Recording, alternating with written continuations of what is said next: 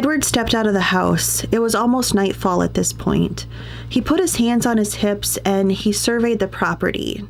His eyes stopped on the apple orchard because he noticed some dirt that looked like it had been recently disturbed. Edward went over there and he started poking around the ground with a metal rod. All of a sudden, he hit something.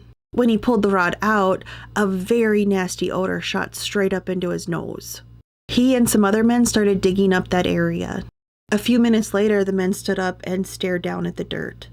There lay the body of Dr. William York. His skull had been bashed in and his throat had been cut. The next morning, the men dug up other areas of the apple orchard. They found 4 more bodies of people who disappeared in December 1872.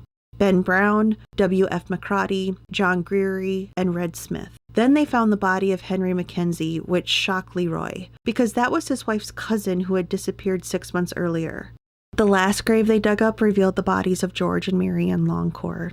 All the men had been found naked or in underclothes with their heads bashed in and their throats cut. Mary Ann was fully dressed, and it couldn't be determined how she died because she had no visible injuries. The doctor figured little Mary Ann had been buried alive. When the men extended their search outside the apple orchard, they found the body of Johnny Boyle in the well. They also found body parts in that well that didn't belong to any of the victims.